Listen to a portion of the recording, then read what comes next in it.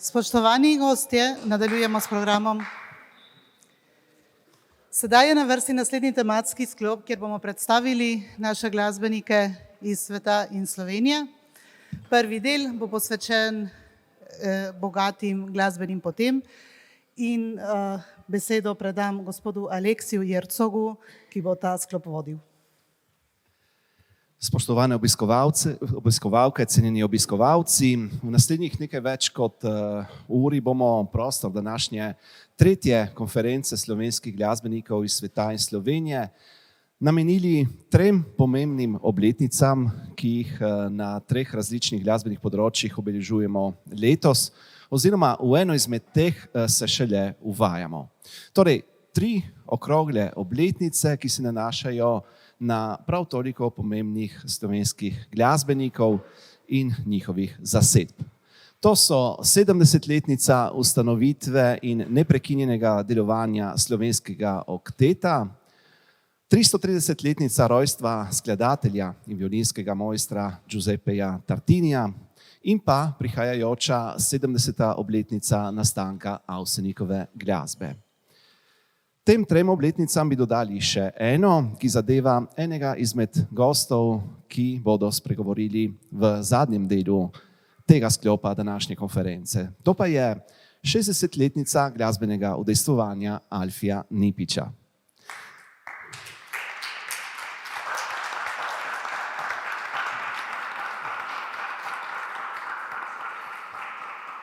Zato, da bi poglobili te teme, je Svetovni slovenski kongres povabil v svoje goste tri prestižne sogovornike. Z nami bodo, kot ste že slišali, pevec zabavne in narodno-zabavne glasbe, dolgoletni član ansambla bratov Avsenik Alfij Nipič, potem pa umetniški vodja in predsednik slovenskega okteta in pa znani baritonist na Operi in baletu v Ljubljani Jože Vidic in podžupanja občine Piran Manuela Rojec. Vsem se že zdaj zahvaljujem za prisotnost in prepričan sem, da bodo podali zanimive in verjetno tudi globoke misli. Sklop konference na temo bogate glasbene poti bomo začeli z visoko obletnico verjetno najbolj reprezentativne slovenske glasbene zasedbe po svetu. To je seveda slovenski oktet, ki letos obeležuje 70. obletnico svoje ustanovitve in bogatega delovanja. V naši sredi pozdravljamo umetniškega vodjo in predsednika slovenskega okteta Jožeta Vidica. Lepo pozdravljeni in hvala, da ste se udeležili današnjega srečanja.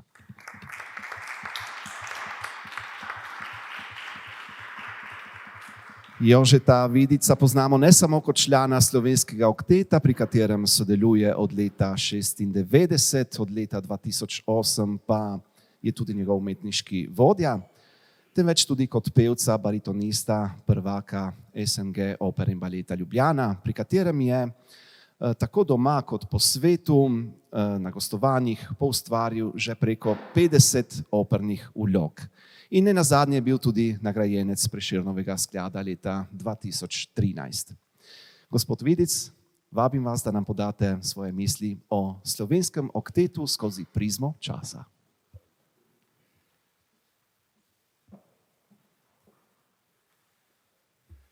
Najlepša hvala za predstavitev. Spoštovane gospe, spoštovani gospodje, naloga predstaviti slovenski oktet je prijetna in hkrati tudi zahtevna. 70 let slovenskega okteta je zelo dolgo obdobje in če bi govoril kar tako iz glave, potem bi teh 20 minut, ki mi je odmerjenih, bilo premalo. Zato sem si dovolil, da sem zapisal in strnil in potem skrajšal in še krajšal in krajšal, upam, da ne bom predolg, in kar takole. Slovenski oktet skozi prizmo časa. Slovenski oktet je že 70 let ugledna glasbena institucija, ki je ves čas svojega delovanja vnašala v domače okolje nove glasbene smernice ter pomembno soustvarjala glasbeno krajino doma in v svetu. Po zgledu slovenskega okteta je doma in v svetu nastalo preko 100 novih skupin, ki so v njem našle svoj pevski ideal. Skozi desetletja se je glasbena podoba okteta bistrila in kmalu presegla svoj osnovni namen. Slovenski oktet je bil ustanovljen z namenom, da bi v svet ponesel glas o domovini. S seboj pa nosi tudi dušo ljudi, ki so prepevali v njem.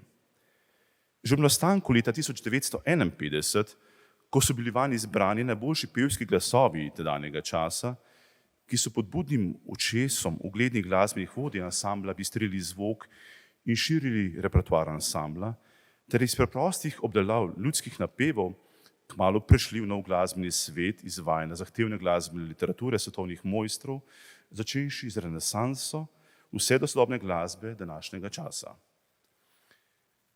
Slovenski oktet se je rojeval v topli jeseni leta 1951, ko so po dolgih pripravah končno stopili skupaj in prvič zapeli v mali dvorani Slovenske filharmonije. Priprave in pobude, da bi našli in zbrali ustrezno skupino pevcev, so se začenjale že 2 leti poprej in so sprva prihajale od Slovencev živečih v Severni Ameriki. Kasneje pa jih je povzela tedanja ustanovljena Slovenska izseljenska matica, ki je v dogovoru s tedanjo kulturno oblastjo dosegla sporazum, da ustanovijo nov pevski ansambel, ki bi v svet ponesel glas o domovini. Po intenzivnih pripravah, v katerih so sodelovali ugledni dirigenti in skladatelji tedanjega časa, so navdici izbrali idealno glasovno zasedbo ter jim dali ime Slovenski oktet. Skupaj z izjemnima tenoristima ljubljanske opere Janezom Lipuščkom in Gašperjem Dermoto so v ansambel izbrali odlične pevce, ki so znali na pretresljiv način obuditi domačo ljudsko pesem, glasbeno vodenje pa so zaupali mlademu in tedaj še neuveljavljenemu zborovskemu dirigentu Janezu Boletu. Prav je, da na tem mestu omenimo prvo zasedbo tedaj ustanovljenega Slovenskega okteta. Kot rečeno, prva tenorista sta bila izjemni Janez Lipušček, prvak ljubljanske opere, ljubljenec občinstva, pevec, ki je navduševal doma in v svetu. Ob njem Gašper Dermota, mlajši brat slavnega Antona Dermota, Božo Grošelj in Marij Kogoj mlajši, sin slavnega skladatelja Marija Kogoja, avtorja znamenitih Črnih mask, Tone Kozevčar in potem še staroste slovenske vokalne glasbe, Roman Petrovčič in njegov brat Tone Petrovčič ter Artur Šulc. Z njimi so postavili trdne temelje repertoarja okteta ter začrtali njegovo poslanstvo. Skupaj s strokovnimi sodelavci, ki so skrbeli za promocijo okteta in njegovo koncertno dejavnost, se je oktet kmalu začel pojavljati na koncertnih odrih doma in počasi tudi v svetu. Sprva je bila dejavnost v tujini usmerjena predvsem na protokolne obveznosti, ko je oktet s krajšimi programi sodeloval na obiskih tujih državnikov v domovini in kasneje z državniškimi delegacijami potovati po svetu in spet negovati odnose s tujimi državniki. Ob teh priložnostih je oktet izvajal krajše nastope in celovečerne koncerte ter se počasi osamosvajal ter potreboval svojo veliko koncertantsko moč. Svojo koncertno dejavnost je tako z leti razvejal po vsem svetu. Še vedno pa mu je bila pri tem veliko pomoč diplomacija nekdanje države, ki je ugotovila, da slovenskim oktetom lahko samo pridobi na svojem ugledu.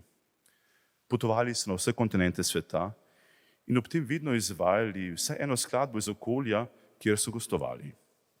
Ob tem so izkazovali pozornost do gostiteljev in hkrati širili svoj izvajalski repertoar, ki je z leti dobil izdatno širino.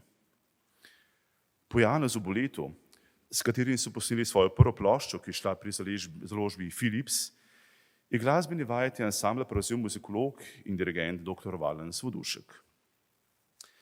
Z njim je oktet vstopil v novo dobo ter močno razširil svoj program. Vodušek se je ob tem izkazal tudi za izjemnega poznavalca svetovne glasbene literature in je za ansambel aranžiral mnogo skladb, ki so bile v originalu zapisane za drugačne pevske sestave. Zanimivo je to, da je bil dr. Vodušek ob nastajanju ansambla član komisije, ki je zbrala zasedbo pevcev. Ob njem so bili tedaj še Rado Simoniti, Radon Gobec in Zorka Peršič kot predstavnica aktualne oblasti tedanjega časa, ob klavirju pa je bila z njimi soproga nekdaj dirigenta, pokojnega dirigenta Sama Hubada, pianistka Dana Hubad. Tudi ideja o imenu je bila Voduškova. Pa vendar je tedaj na kljub ponudbi, da bi morda on prevzel vodenje okteta, zato ni odločil. V njegovem času se je že leta 1960 začela spreminjati zasedba. Iz ansambla so odšli nekateri ustanovni pevci, ki so v njem pustili izjemen pečat. Z vstopom mladih pevcev so dobili nov zagon ter se sistematično lotili snemanja plošč. Snemali so tudi skladbe Jakobusa Galusa in izdali prvo božično ploščo, za katero je glasbene aranžmaje pripravil skladatelj in duhovnik Matija Tomc, kar je bilo za tedanji čas nenavadno. Pa vendar, slovenskim oktetom smo dobili prvo slovensko božično ploščo. Po desetletju delovanja je oktet leta 1963 prvič stopil in gostoval tudi v Združenih državah Amerike. Na to turnejo so čakali vse od svojega prvega akorda v slovenski filharmoniji, ko so zapeli ljudsko pesem pri Farni cerkvici. Nekateri pevci prve zasedbe tega gostovanja žal niso dočakali. Tedaj načrtovano gostovanje se mi je zaradi političnih razlogov čezdalje bolj izmikalo in nič ni kazalo, da bo oktet kdaj pel ljudem, ki so spodbudili njegov nastanek. Pa vendar so v Ameriki dočakali zven slovenskega okteta, ki jim je seboj ponesel tudi svoje plošče. Tik pred drugim gostovanjem slovenskega okteta v Severni Ameriki leta 1966 pa se je prvič zamajalo. Oktetov prvi tenorist, ljubljenec opernega in koncertnega občinstva Janez Lipušček je prav na dan, ko bi oktet moral gostovati na koncertu v Pulju, tragično sklenil svojo življenjsko pot. Že načrtovana druga turneja okteta v Ameriko je s tem prišla pod vprašaj in iz zagate je rešil tedajni prvak ljubljanske opere, tenorist Rudolf Francelj, ki je na hitro sprejel angažma v oktetu ter mu pomagal ponovno oditi v svet. Zanimivost te turneje je v tem, da se je oktet odločil, da bo s seboj vzel še enega mladega tenorista. Povabili so Danila Čadeža. Tako so na tej turneji izmenjale peli kar trije prvi tenoristi. Po vrnitvi v domovino se je dr. Vodušek odločil, da ansambel prenovi in k sodelovanju povabi mlade pevce. S to pomlajeno zasedbo, ki je prepevala vse do leta 1978, so obredli ves svet. Vmes po letu 1970 so se začele kazati razpoke v razmišljanju, kam nam je vodila oktetova pot.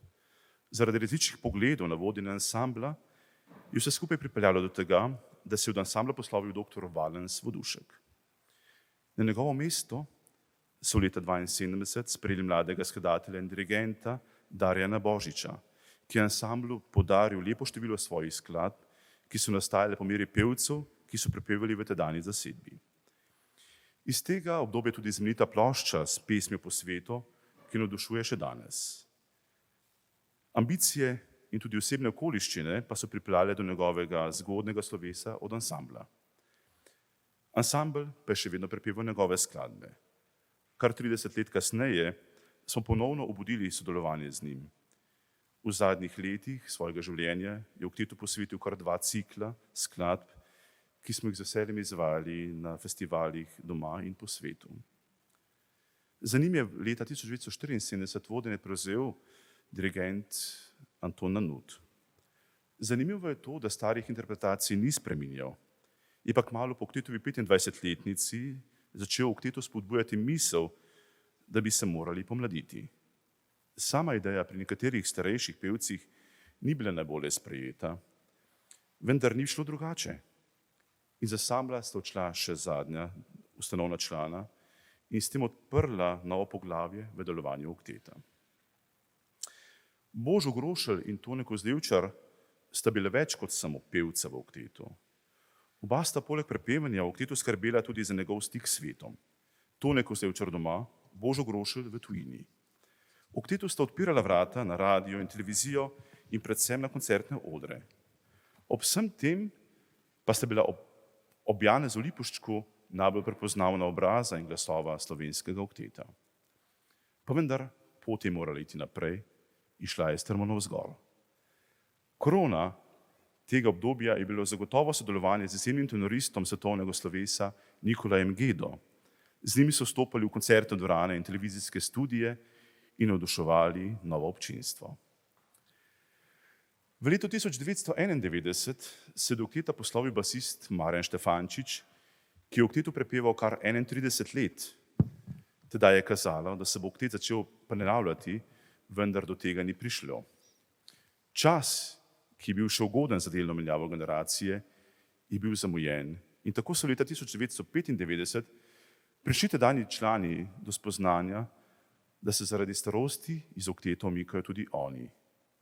Večina pevcev je bila že upokojena, njihov najmlajši član, tenorist Marjan Trček, pa resno razmišljal o nadaljevanju solistične kariere.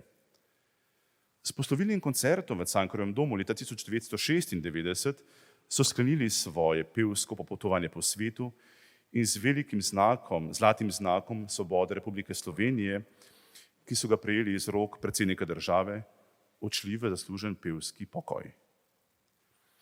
V zraku je viselo vprašanje, kaj bo sedaj s slovenskim oktetom in kako naprej.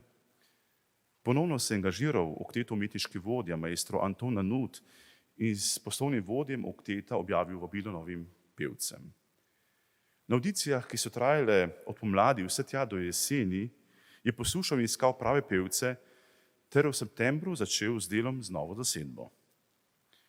Že na drugo vajo je prišla snemalna ekipa, ki je snemala dokumentarni film o Antonu Nanutu in zabeležila prve utrinke iz vaj. Sledilo nekaj menjav in konec leta 1996 se je s svojim nastopom v slovenskem parlamentu prvič javno predstavila nova zasedba slovenskega okteta. Pot te generacije ni bila lahka. Dokazovanje zavestnemu občinstvu, ki je imelo v zavesti, da slovenskega okteta ni več, je bilo pogosto težavno. Ponovno smo obujali stare kontakte s koncertnimi agencijami in počasi prihajali v intenzivno koncertno prakso. Leta 1999 je začelo prihajati do različnih pogledov, kako naprej. Umetniški vodja Anton Nanut se je oziral naokoli in iskal možnosti, kako bi lahko dvignil ugled ansambla. Zaradi njegove intenzivne mednarodne koncertne dejavnosti se je počasi umikal z ansambla in po 25 letih vodenja slovenskega okteta iz njega tudi odšel. S svojim vodenjem in karizmo simfoničnega dirigenta je zagotovo dvignil oktet na nek drug nivo in ga popeljal v ponovno rojstvo. Največja zasluga tega klenega in zavednega Primorca, ki se je rodil pred 90 leti in kateremu smo pred kratkim posvetili naš zadnji koncert na letošnjih Hugojevih dnevih v Kanalu ob Soči, pa je zagotovo ta, da slovenski oktet prepeva še danes. Za vso njegovo dejavnost mu je ansambel podelil naziv častni umetniški vodja slovenskega okteta. Za njim je umetniško vodenje ansambla prevzel muzikolog in sprovodja dr. Mirko Cuderman. On je bil tisti, ki bo peljal oktet do zlatega jubileja. Ponovno se je obnovila zasedba, za katero je dejal, da bi morala obstati vsaj 10 ali 15 let. Oktet je začel ponovno snemati plošče, koncertna dejavnost se je povečala in odprla se je pot na koncerte odre v tujini. Stopili smo na velike festivalske odre in z njih odhajali polni lepih vtisov. V letu 2007 je oktet izdal obširno monografijo o slovenskem oktetu, ki jo je napisal Boris Pangrc. Pokazalo se je, da je oktet ponovno našel pot do svojih nekdanjih poslušalcev in začel dobivati nove občudovalce. V letu 2008 se je od vodenja okteta poslovil muzikolog dr. Cuderman in oktet je vodenje zaupal meni. Obdobje z doktorjem, kot smo ga klicali, je bilo pomembno za oktetov obstoj. Predstavljal je trdnost in stabilnost v iskanju interpretacij in bil zgled glasbi predanega dirigenta. Z Dunaja je prinašal novo glasbo in nam širil obzorje. Za njegov pomemben prispevek k delovanju okteta mu je ansambel podelil naziv častnega člana slovenskega okteta. Z njim se je končalo obdobje umetniških vodij, ki so sodelovali s prvo generacijo pevcev ali jih poslušali v živo. Po letu 2008, ko sem prevzel umetniško vodenje ansambla, sem si zastavil cilj, da obnovim sodelovanje s slovenskimi skladatelji. Tako smo v vsem tem času izvedli preko 100 novitet in mnoge med njimi imajo še danes mesto v koncertnih programih okteta. Znova smo budili sodelovanja z domačimi in tujimi festivali ter ob pomlajevanju ansambla uspešno dočakali 70. obletnico oktetovega delovanja. Kar polovica pevcev v oktetu je v njem že preko 20 let. Nekateri prav v teh dneh, v tej jeseni, stopamo že v 27. leto delovanja v tem uglednem ansamblu. V ansamblu je v vseh teh letih sodelovalo preko 40 pevcev. Posneli in izdali smo preko 60 plošč, kaset, zgoščenk, veliko posnetkov tudi v radijskih arhivih. Za svoje delovanje je bil oktet kar dvakrat nagrajen s Prešernovo nagrado, z nagrado Društva skladateljev, Drbosnjakovo nagrado, nagrado Orlanda di Lassa, z velikim zlatim znakom Sobote Republike Slovenije in častnim priznanjem Svetovnega slovenskega kongresa. Hvala lepa za to pozornost. Ob 20-letnici delovanja leta 1971 je oktet dal pobudo za nastanek tabora slovenskih pevskih zborov v Šentvidu pri Stični, ki je še danes praznik petja. Veseli nas, da je oktetova ideja prodrla in obstala med nami ter postala del pevske zavesti ljubiteljskih pevcev širom naše lepe domovine. Slovenski oktet skozi prizmo časa odsekava veliko potrditev temu, da so se pred več kot 70 leti pravilno odločili. Vemo, da je bil slovenski oktet skozi desetletja pogosto na svojem previsu, kam in kako naprej. Vendar se je znal vedno pravilno odločiti in strniti vrste, ter najti pravo rešitev, ter se ponovno dvigniti. Misli zaokrožujem z besedami, ki jih je po nedavnem jubilejnem gala koncertu slovenskega okteta, ki smo ga izvedli v Plečnikovih Križankah, izrekel umetniški vodja in direktor ljubljanskega festivala gospod Darko Brlek. Slovenski oktet danes doživlja novo renesanso. Tudi sam lahko rečem, da se s temi mislimi strinjam. Vesel sem, da ste me povabili k sodelovanju in mi zaupali prijetno nalogo, da povzamem nekaj misli v delovanju te pomembne in ugledne glasbene inštitucije, ki je skozi čas pomembno utkala pot do ljudi, ki čutijo, kako pomembno je to, da negujemo svoj jezik in se intenzivno posvečamo temu, kako peti, kot tudi govorjeni besedi. Hvala za vašo pozornost. Hvala lepa.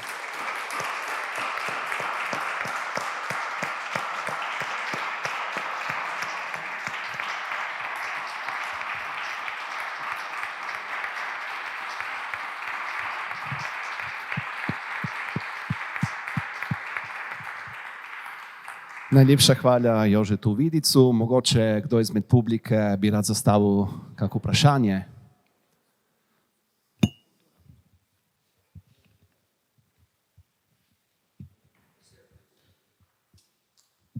Moj dober prijatelj je bil Bogdan Pogačnik. In Bogdan Pogačnik, kot veste, to je bil moj dober prijatelj osebni, on je spremljal naš slovenski oktet. A imate zdaj tudi koga, ki bi vas promoviral tako po svetu kot pri nas? Hvala lepa za vprašanje. Bogdan Pogačnik je bil izjemen novinar, izjemen občudovalec slovenskega okteta, bil je celo predsednik slovenskega okteta dolga desetletja in z njim je slovenski oktet imel v svojih vrstah nekoga, ki je skrbel za to, da je glas v slovenskem oktetu prišel v časopisne novice, da je prišel do ljudi, do občinstva. Danes je drugače. Danes slovenski oktet deluje drugače. Po dolgih desetletjih, ko je v slovenskem oktetu bila zelo prisotna tudi politika, aktualna politika, se je oktet pred 30 leti počasi začel osamosvajati in tako smo danes ostali sami. Brez vpliva politike,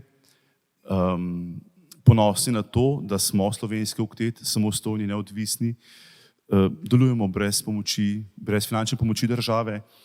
Oktet deluje izključno in samo od svojega delovanja, od svojih koncertov, ampak lahko rečem, da oktet deluje dobro. Izdajamo publikacije, zgoščenke, knjige, veliko število v sami založbi, tako da veseli smo, ponosni na to, tudi na delovanje Bogdana Pogačnika, ki je res pustil izjemno sled v zgodovini slovenskega okteta, pa vendar smo veseli in ponosni, da smo danes samostojni in da lahko pogledamo komorkoli v obraz in rečemo, mi smo slovenski oktet, pojemo za vse in vsakokrat vedno je znova z veseljem. Hvala.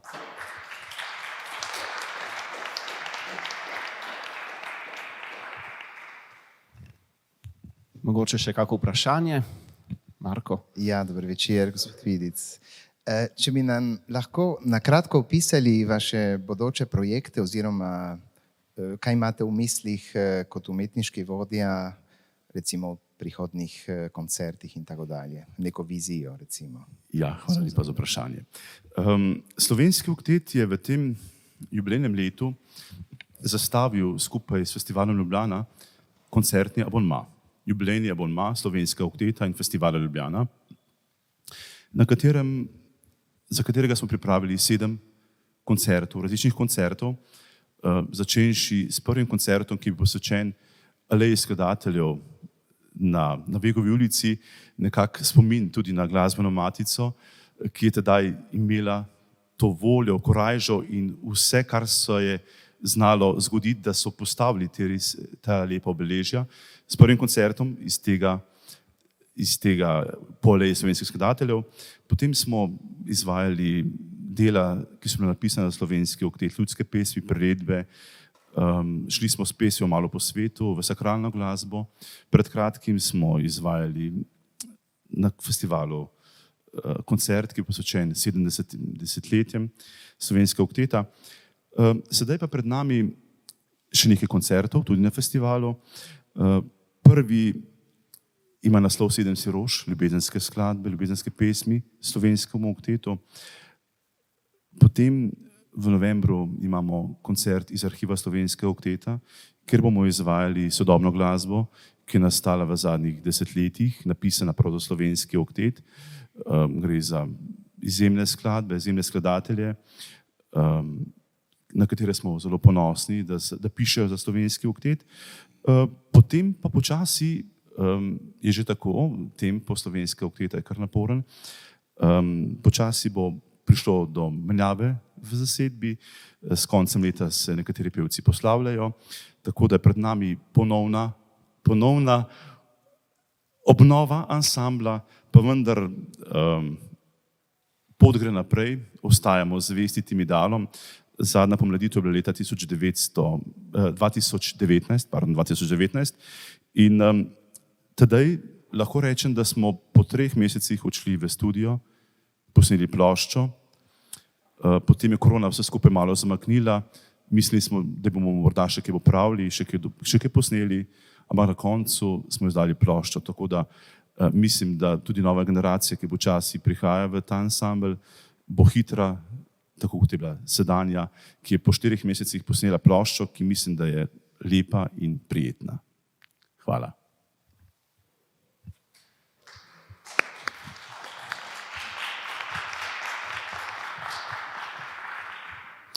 Prihajamo zdaj k čisto različni glasbi. Ta prihaja iz veliko bolj oddaljene preteklosti. Zato se bomo idejno preselili za več kot 3 stoletja nazaj in se podali v Piran, kjer se je leta 1692 rodil mojster violine Giuseppe Tartini. Piran je bil sicer v tistem času del Beneške republike, bogate in razgledane republike, ki so jo v višku njenega cvetenja imenovali La Serenissima.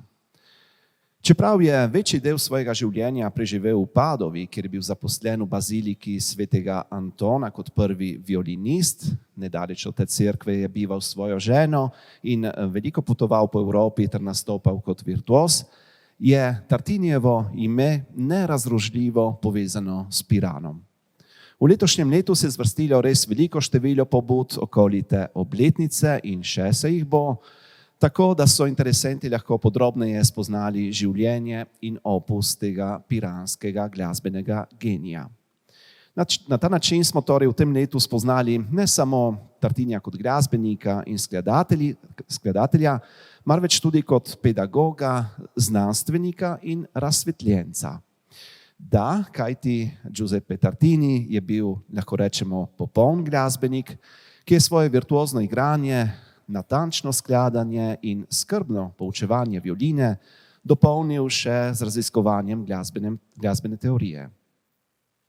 Že v njegovem igranju, v njegovih skladbah in tudi v poučevanju se jasno razbere, da je bil piranski mojster velik poznavalec harmonije, njegovo teoretsko zanimanje pa je še bolj razvidno iz pisem, v katerih pripoveduje o svojih dognanjih na področju harmonije in glasbene teorije, ter nenazadnje tudi iz 2 del, pravzaprav razprav, ki jih je objavil v času svojega življenja.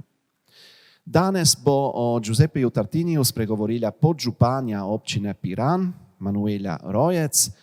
V občini Piran je gospa Rojec zadolžena za spremljanje področja kulture in izvajanja projektov na tem področju, zato je župan zadolžil za vodenje odbora Tartini in koordinacijo projektov Tartini 250 v letu 2020 in Tartini 330 v letošnjem letu. Gospa Rojec, tudi vam izrekamo dobrodošlico na današnji konferenci in vam predajamo besedo.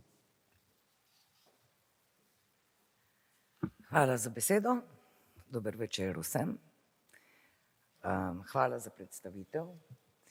Manuela Rojec, se bom najprej opravičila, ker nisem glasbenica, nisem akademik, sem samo podžupanja in sem podžupanja v imenu italijanske narodne skupnosti, ki, kot veste, je avtohtona na našem področju in ima pravico do 3 občinskih svetnikov in 1 podžupana. V občini Piran sem zaposlena predvsem na področju kulture. Moram pa povedati, ker to boste opazili verjetno tudi v moji predstavitvi oziroma v govoru bolj kot v predstavitvi, da sem bila 12 let predsednica skupnosti Italijanov Giuseppe Tartini Piran, ki ima sedež v Tartinijevi rojstni hiši. In zato se nam je zdel Giuseppe Tartini priložnost.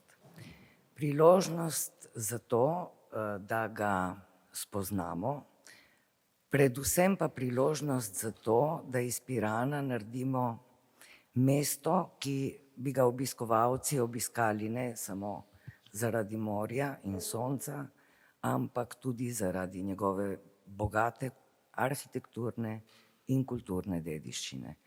In v Piranu imamo veliko tega, ampak kar nas zaznamuje je sol in soline in veliki skladatelj, ki vam ga je predstavil gospod Jercog.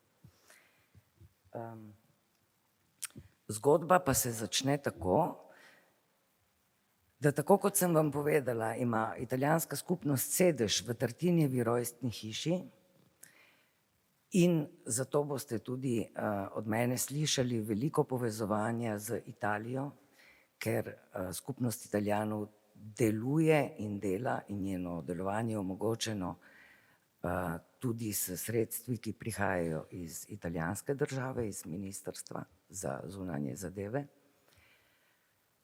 V enem določenem trenutku se je Tartinijeva rojstna hiša začela obnavljati.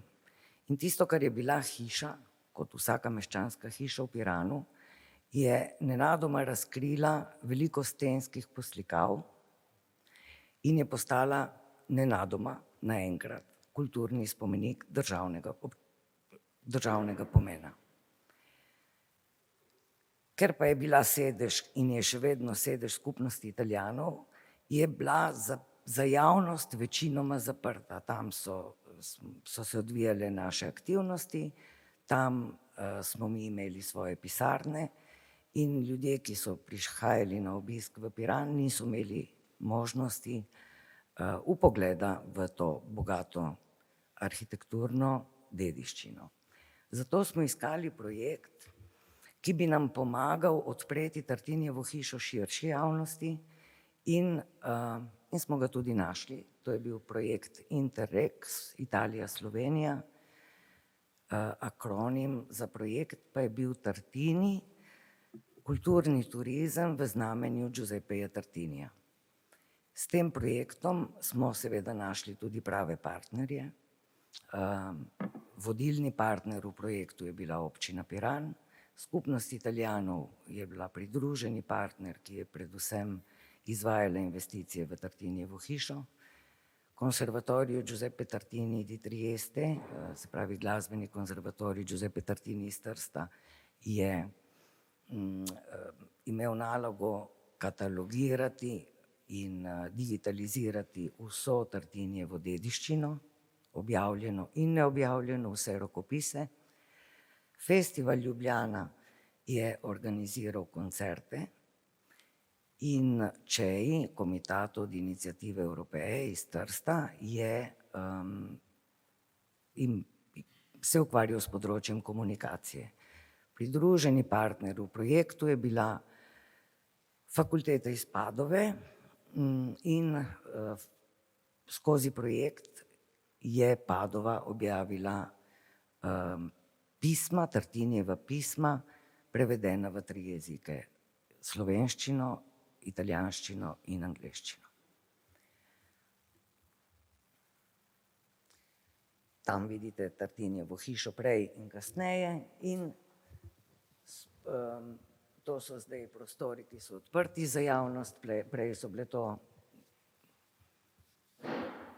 zanikrne pisarne. In seveda imamo v Tartinijevi hiši tudi spominsko sobo, posvečeno Giuseppeju Tartiniju.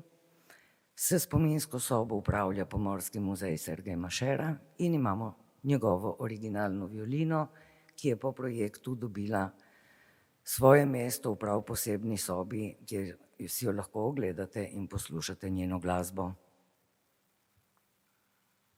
Evo, to so partnerji Interrega.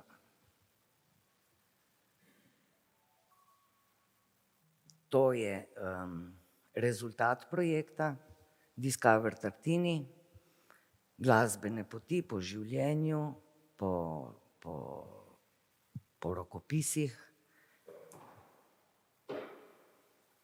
po arhivih in posebni del posvečen didaktiki, pedagogiki, otrokom. Seveda to je vse dvojezično.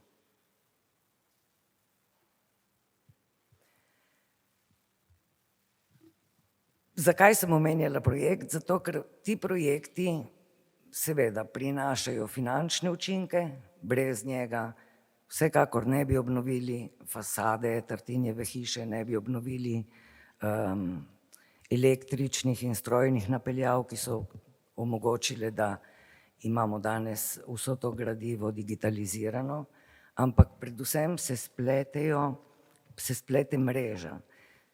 Tebe ljudje spoznajo, Piran ljudje spoznajo in Piran spoznava mnoge ljudi, glasbenike iz Slovenije in izven. Imeli smo tudi srečo, da je po koncu projekta smo se zaleteli v 2 pomembni obletnici, in sicer 250. obletnico smrti, tista 251. ni, je urinjena obletnica, zato ker smo rekli, je treba z delom nadaljevati, saj nas je v letošnjem letu pričakala 330. obletnica rojstva. Imeli smo srečo, da je častni pokrovitelj 250. obletnice smrti bil predsednik Republike Slovenije, gospod Borut Pahor, in imeli smo srečo, da je Ministrstvo za kulturo in država Slovenija razglasila letošnje leto za Tartinijevo leto.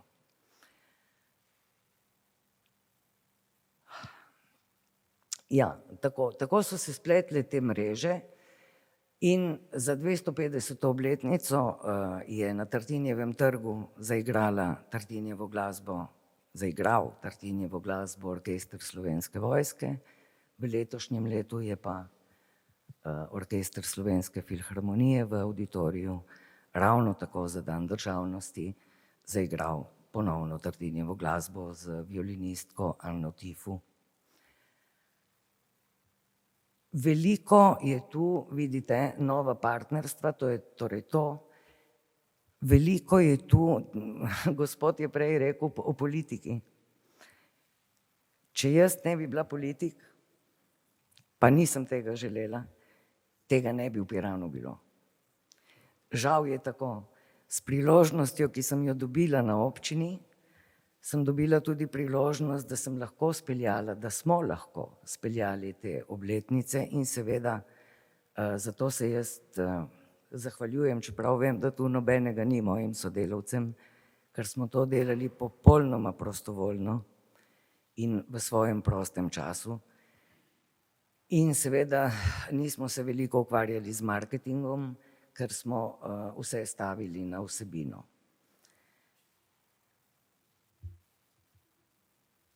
Začelo se je vse skupaj z orkestrom I Solisti Veneti iz Padove in z maestrom Šimonejem, ki nam je dal velik zagon. Je pa tudi res, da smo se projektov, teh 250 in 330, prvič po dolgem času lotili tako malo bolj profesionalno. In sicer smo s pomočjo turističnega združenja Portorož, logotip ste videli prej, šli v razpis za logotip, za celostno grafično podobo. In tako smo to našo mrežo širili. Avtobusi, vsi avtobusi, če pridete v Piran, jaz upam, da pridete v Piran, vsi avtobusi so oblečeni v Tartinija in nas spominjajo in opominjajo na to njegovo obletnico. V Piranu visijo zastave, naredili smo veliko promocijskega materiala, ki smo ga razdelili, nekaj vam ga bom pustila tudi potem tukaj. Stavili pa smo večinoma na to, da Tartinija spozna čim širša publika. Ker Tartinijeva glasba ni lahka glasba, ponavljam, nisem glasbenik, ni lahka glasba in kot veste, je Piran tudi tako zelo multikulturno mesto, kjer se marsikdo ne zaveda pomena glasbe, Tartinija in kulturne dediščine. Zato smo želeli glasbo približati čisto slehernemu človeku in predvsem mladini in otrokom.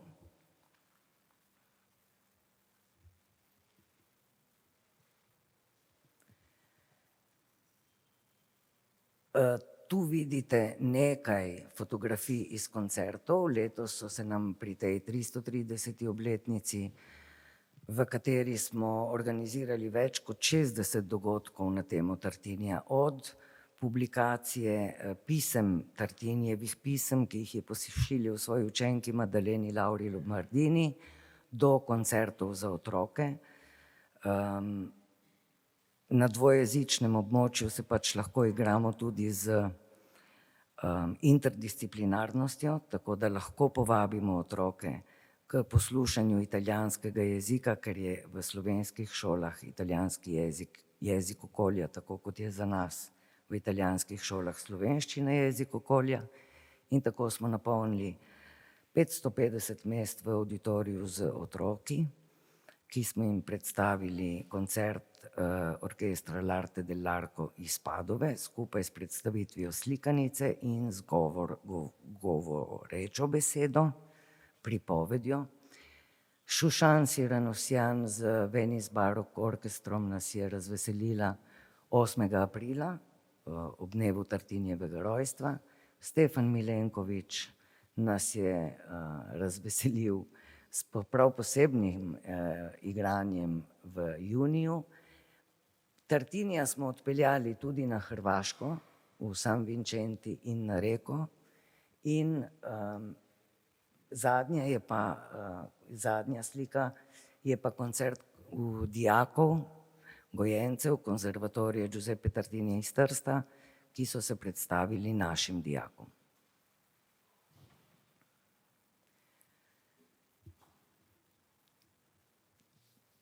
To bi bil konec in sicer naš novi izziv.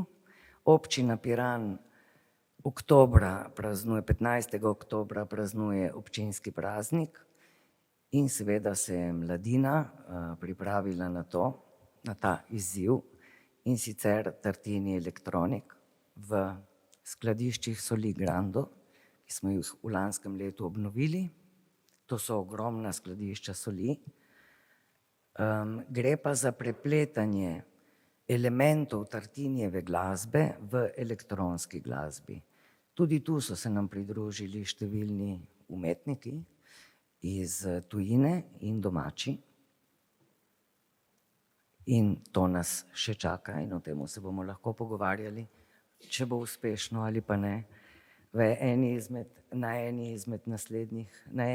izmed naslednjih srečanj. To je to, kar je Piran naredil za Tartinija. Kaj nas skrbi? Skrbi nas to, kar sem vam povedala prej, da vse temelji na prostovoljnem delu. Niste slišali, razen tehnične podpore, niste slišali nekih velikih kulturnih ustanov. Morda bi za to lahko poskrbela kulturna ustanova, kot je Auditorij, morda bi lahko za to poskrbelo turistično gospodarstvo, morda smo samo periferija in tudi velikih glasbenih imen pri nas na Primorskem ni. Tako da to je edina skrb. Dela je veliko, uspešni smo bili. Upamo, da ste za Tartinija slišali tudi vi in ne samo danes tukaj. In želimo si, da bi nekdo z našim delom tudi nadaljeval. To je to.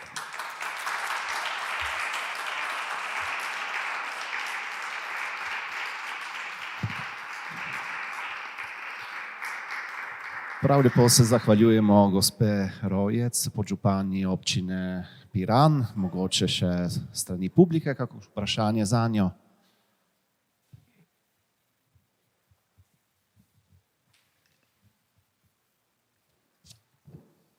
Drugače pa bi kar nadaljevali še zadnjo temo tega dela konference in s to pa bi želeli, bomo zrli v bližnjo bodočnost, pravzaprav v naslednje leto, ko bomo obeležili enako visoko obletnico, kot jo letos obeležuje slovenski oktet, o katerem je prej tekla beseda.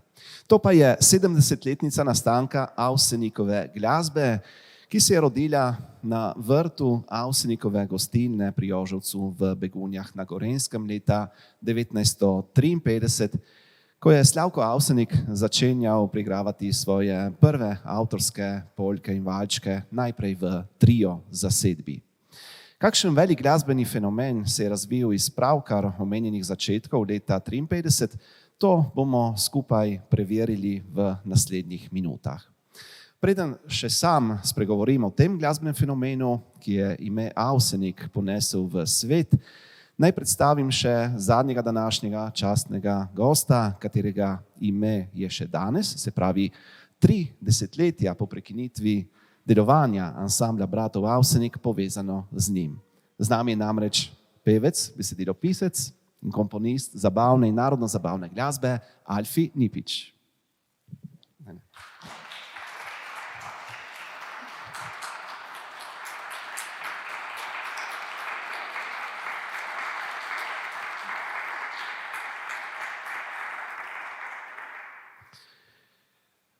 Harmonikaš in komponist Slavko Avsenik in njegov brat, klarinetist, aranžer in producent Vilko Avsenik sodita med tiste vse redkejše glasbene ustvarjalce, ki bi ne potrebovali nikakršne predstavitve.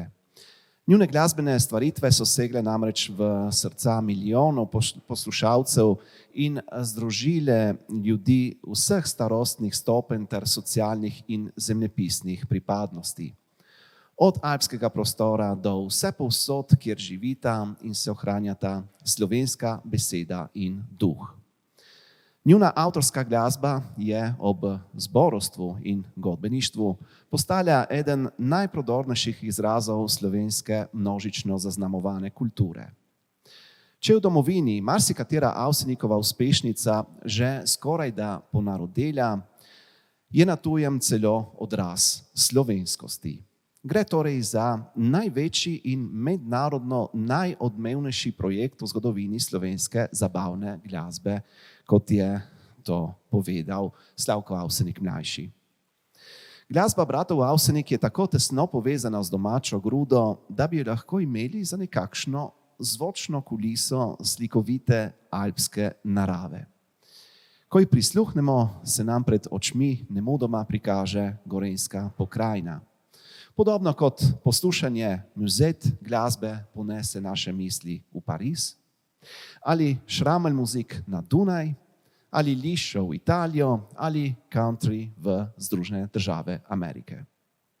Kot je napisal Slavko Avsenik mlajši, citiram, njuni lirične in fantazije polni valčki ter od veselja in srčne radosti brsteče poljke povezujejo vse glavne značilnosti slovenskega temperamenta, ki se zrcali v odrezavi alpski poskočnosti, globini južnoslovanskega temperamenta, mediteranski milini in panonski otožnosti.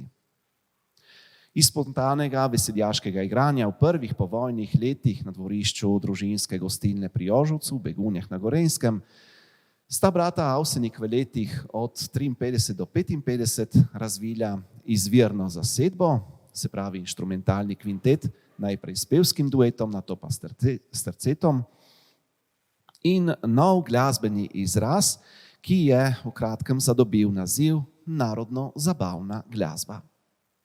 V svojih skladbah sta vselej izžarevala prvinsko pristnost in preprostost. Kljub temu, da je njuna glasba dosegala čedalje višjo umetniško in profesionalno raven, je njuno skladateljevanje ostalo na ravni žlahtnega glasbenega obrtništva. Kot samouk je Slavko neusahljivo koval melodije, te pa je Vilko kot akademsko izobražen glasbenik prefinjeno prirejal za kvintet. Čeprav sta se naslanjala na korenine slovenske ljudske glasbe, sta jih znatno posodobila in jih oplemenitila z izpiljenimi harmonijami in orkestracijami, ki so bile dotlej poznane le na področju zabavne in jazz glasbe. Zato lahko njuno glasbo imamo za enega prvih pojavov world etno glasbe v Evropi. Da še zdaleč ne gre samo za plesno, pač pa tudi za koncertno glasbo. To so svojimi mojstrskimi izvajalskimi sposobnostmi dokazali vsi člani Avsenikovega ansambla. Ko so stopali na odre prestižnih kulturnih hramov, ki so ponavadi bili namenjeni oziroma dotlej namenjeni le resni glasbi. Pri tem nikakor ni mogoče mimo svojevrstnega dosežka. Ansambel bratov Avsenik je namreč 3-krat samostojno koncertiral v dvorani Berlinske filharmonije.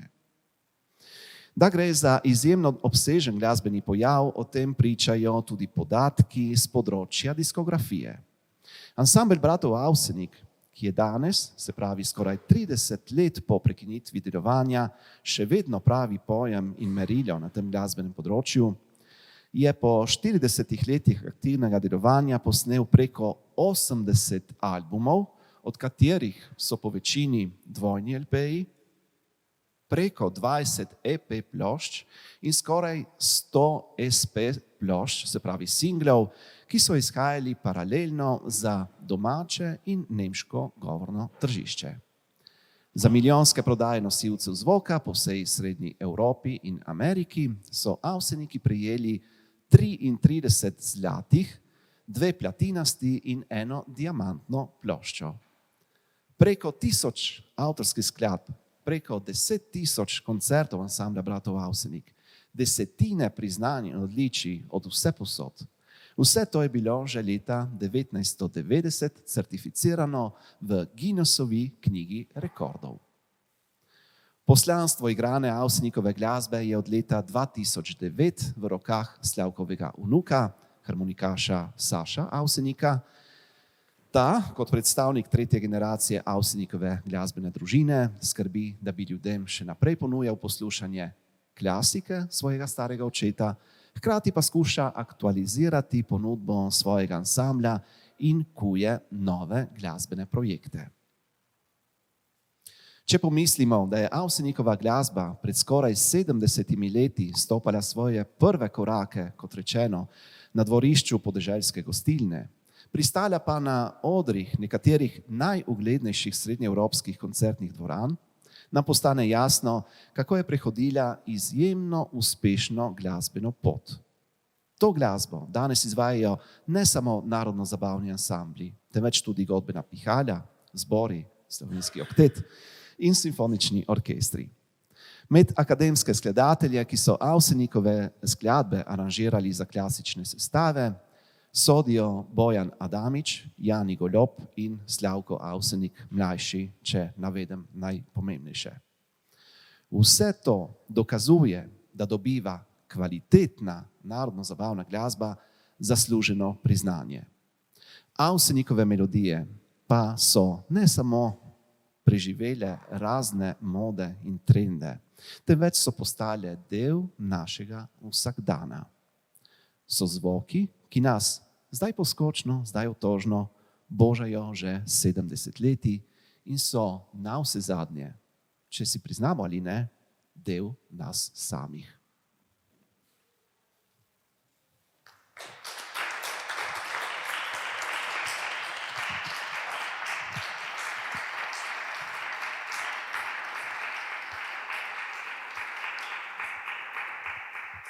Z nami je torej danes živeča legenda slovenske popularne narodno-zabavne glasbe, ki obeležuje 60-letnico svojega glasbenega udejstvovanja. Alfinipič, najlepša hvala, da ste tu nocoj z nami. Najprej to, kaj vam je sploh pomenilo, tako osebno kot tudi profesionalno, nastopati skoraj 20 leti z ansamblom bratov Avsenik? Ja, zame je bilo to veliko. A lahko date malo bolj glasno ta mikrofon, ker ne slišim nič. Halo? Ja, hvala lepa.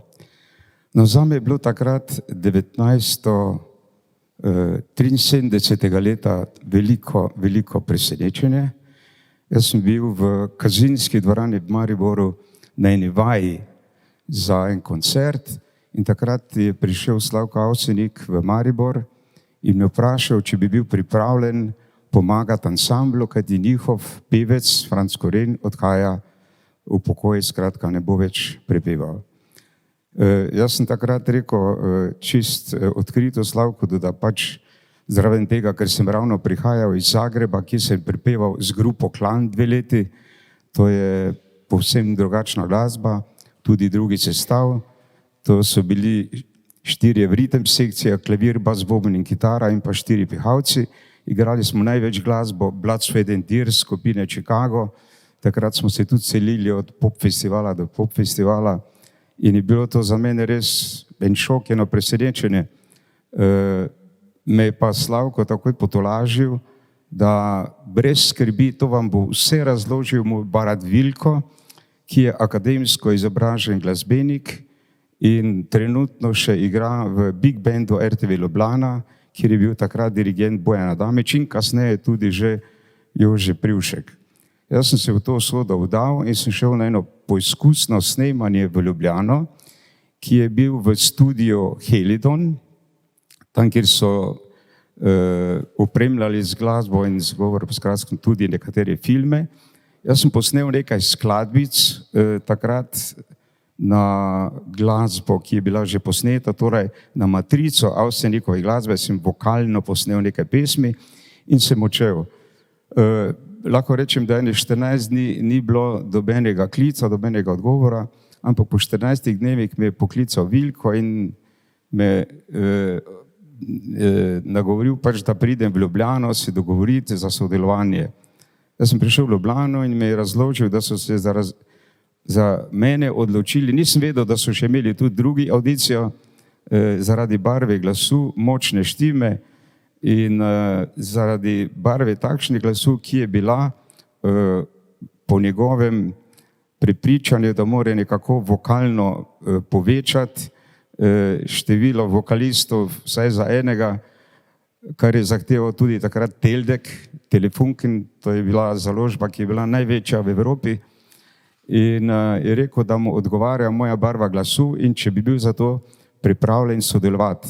Jaz takrat nisem imel niti pojma, kako to zgleda. Jaz sem pač si predstavljal, da igrajo v Narodnih nošah, mogoče na enih manjših predstavah, ampak že prvi dan, ko sem prišel v München in sem stopil na oder, to je ena velika dvorana, koncertna Deutsche Museum, ker je kaj nekaj tisoč ljudi noter, me je pa malo stisnilo, če sem čisto iskren. Že ko sem šel na oder, sem se mogel prav zbrati in ojunačiti, kajti kadar stojiš na tako velikem odru, kot je taka ena dvorana in od spode sedi par tisoč ljudi, to je bil moj prvi koncert in še to vse v nemškem jeziku, razen določenih izjem, ki smo jih tudi prepevali v slovenščini, zame nekaj prvega, ampak takrat, ko je bila pauza, sem bil prvič prav močno oznojen, prišel v garderobo in v tistem šoku sem tudi Slavko rekel, ja, jaz pa si nisem predstavljal, da vi igrate po dvoranah, jaz sem mislil tak, pač ne. Mislim, to je tisto, ker mi nismo tu v Sloveniji vedeli, kje so takrat že Avseniki nastopali, ne.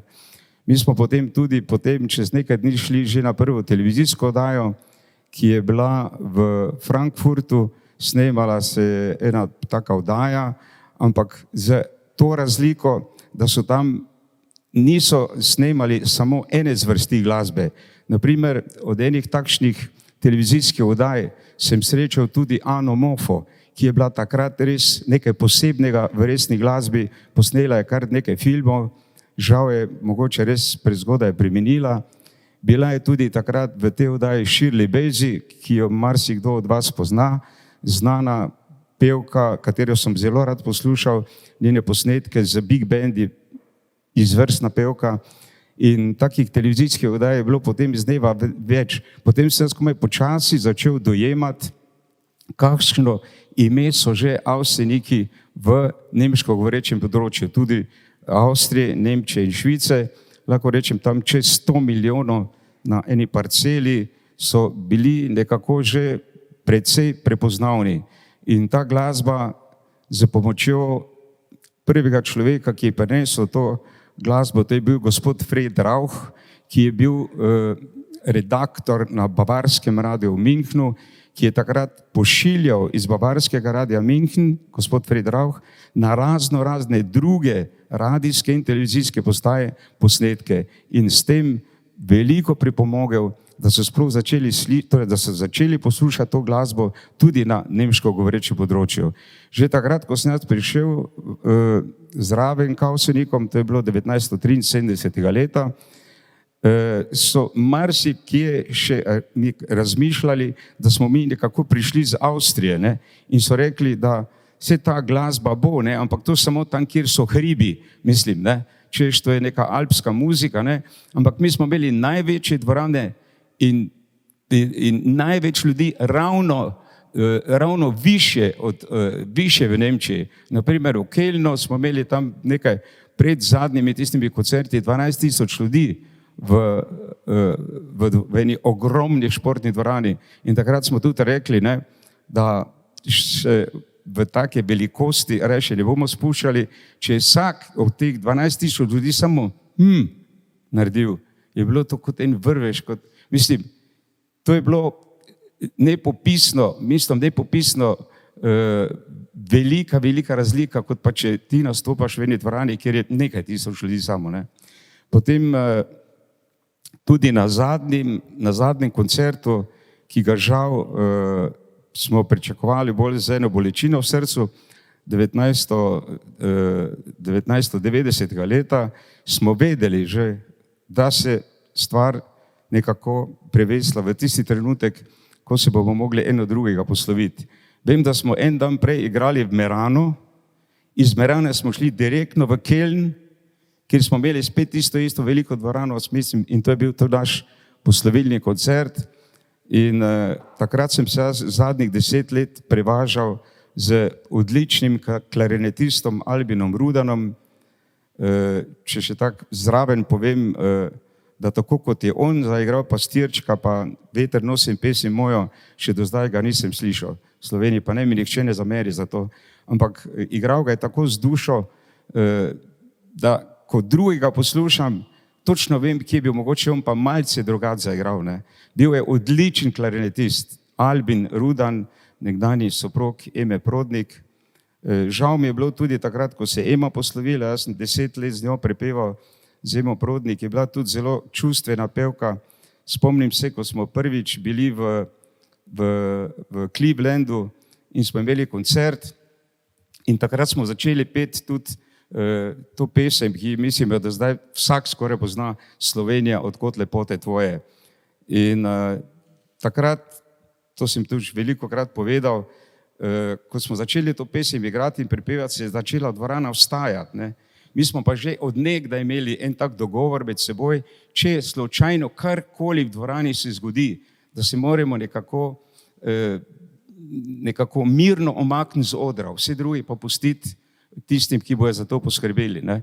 In jaz, ko sem začel prepevati, povsod, ki mi seže pogled, ne, so začeli ljudje vstajati in jaz Slavkota pogledam, on mene pogleda, tudi tak nervozni je bil. Jaz sem tudi malo me začelo delovati, ne. Po pa sem videl, da si v prvi vrsti vzela eno robček, pa si v solzo obrisala, ne. Pa sem rekel, Slavc, vredo je.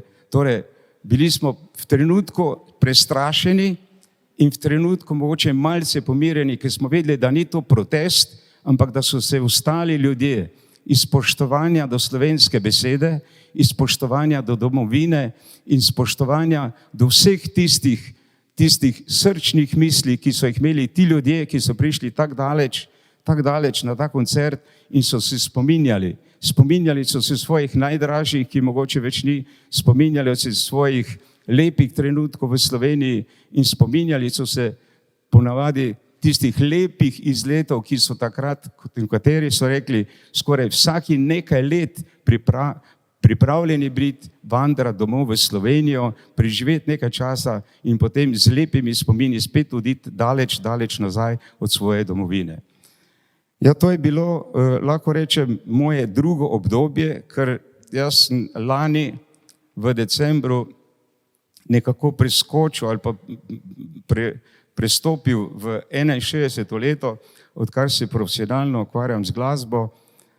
Jaz sem prvo obdobje, tistih 20 let prepeval sam, prepeval sem kot solist, igral sem tudi gitaro in bobne, prepeval sem od raznih variant z big bandom in potem izdal tudi splošče takrat kot samostojen vokalni solist. Ne.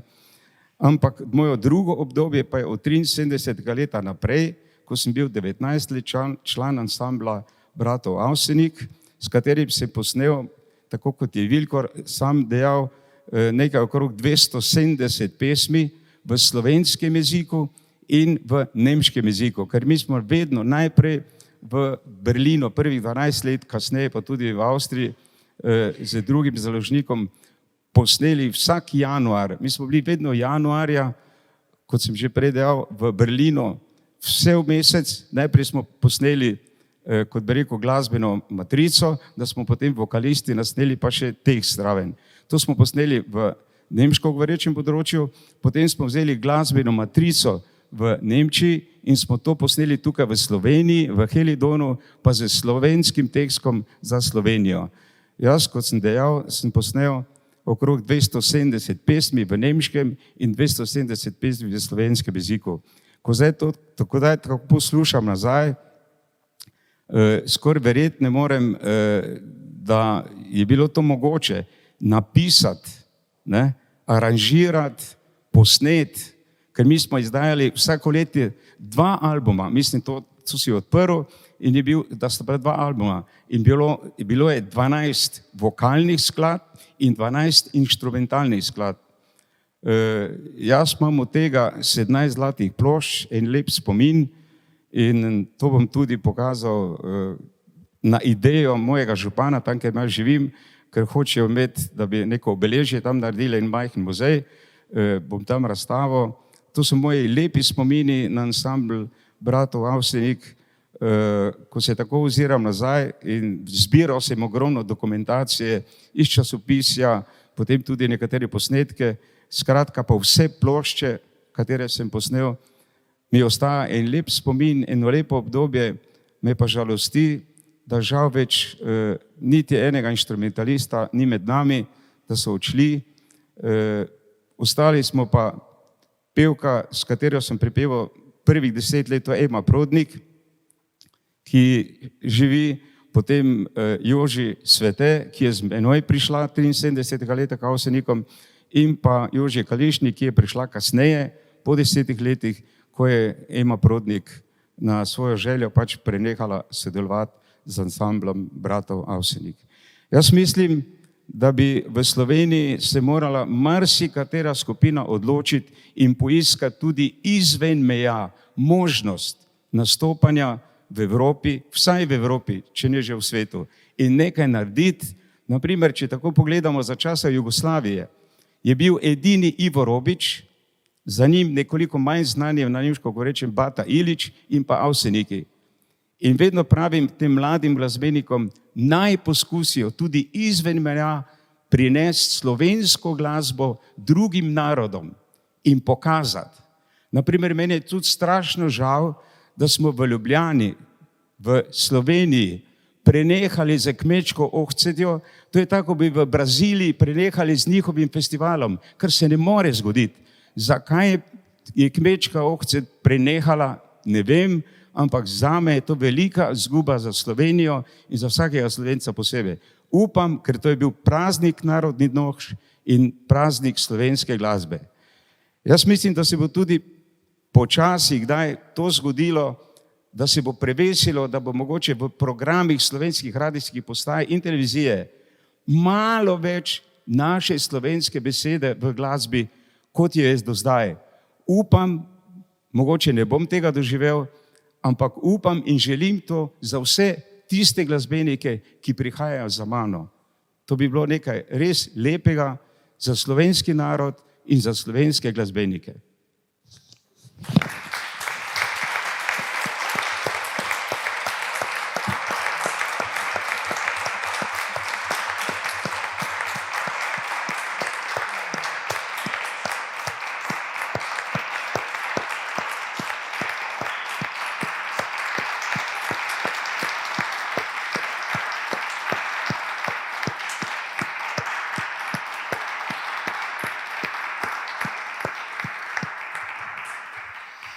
Iskrena hvala Alfiju Nipiću, smo čisto ob zaključku tega dela današnje konference, zato bi mogoče samo še na hitro, mogoče še kdo od vas postavil kako vprašanje gospodu Alfiju Nipiću.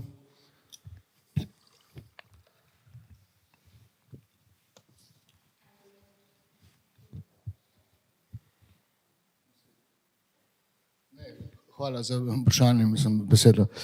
Me zanima, prej ste rekli, da vas je bilo strah, ali je bilo v Nemčiji veliko tudi zdomcev drugih narodnosti na vaših koncertih in ste daj imeli z njimi kakšne neprijetne izkušnje, govorim za Hrvata, Srba, muslimane, ali tega ni bilo, glede na to, kar ste prej rekli, da vas je bilo strah? Ne.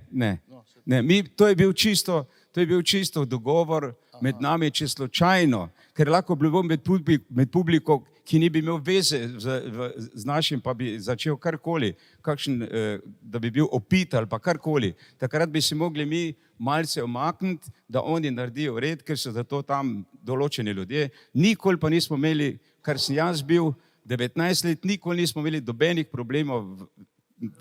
Kvečemo smo jih mogli malo, da nehajo z aplavzom, ker enkratno, mi smo imeli samo enkrat na leto smo imeli, da smo igrali po šotorih. Zakaj po šotorih? Da smo lahko obiskali tudi tiste kraje, ki niso imeli večjih dvoran. Še posebej v določenih delih Avstrije, v določenih delih Nemčije, v določenih delih Švice, kjer smo tudi tem ljudem hoteli nekako odstrešiti, da smo tudi pri njih naredili koncert. Ker, naprimer, ti lahko imaš v Ljubljani Cankarjev dom, pa Halo Tivoli, pa tam, ne moreš pa ti v Slovenskih Konjicah videti dvorano, ki bi imela 5000 ljudi, ampak bi oni tudi radi nekaj takega videli. To primerjam samo. Ampak Poudarjam, da nismo imeli nikoli dobenih izgredov, čeprav so me, jaz sem konkretno v Ameriki, so me opozarjali na en klub, ne, da naj pazim, ampak so bili tako spoštljivi, da niso niti začeli s kakršnokoli kako debato o nekih razlikah. To moram posebej povedati, ker me marsikdo, ko smo se vračali, kdo kaj takega vprašal. Ne? In ali smo imeli izredno srečo, ali pa se to pri nas ni dogajalo, ampak to zaradi tega, ker so prihajali ljudje zaradi glasbe, ne zaradi politike.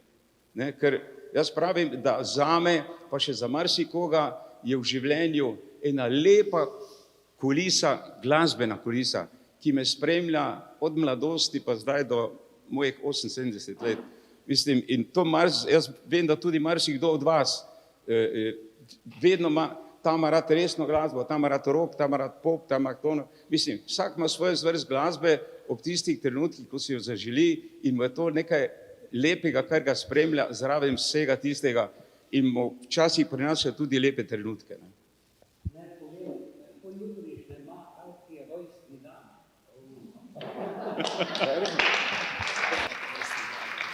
Ne, rojstni dan sem pa imel v soboto.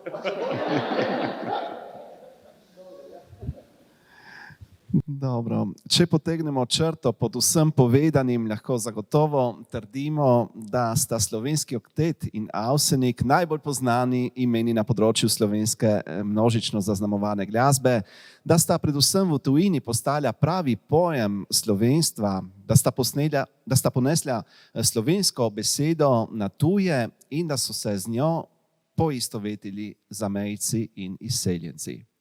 Tartinija pa bi bilo še naprej primerno vrednotiti, saj je bil res edinstven lik glasbenega svetovljana, čigar opus bo ostal zavedno zapisan v zgodovini glasbe. Ob koncu bi se še rad osebno, iskreno in toplo zahvalil vsem trem gostom, Jožetu Vidicu, Alfiju Nipiču in Manueli Rojec, in tudi gospe Sonji Augustin Čampa in Svetovnemu slovenskemu kongresu za povabilo k sodelovanju na današnji konferenci, kar mi je bilo v veliko čast. Vsem vam pa želim še naprej prijetno popoldne.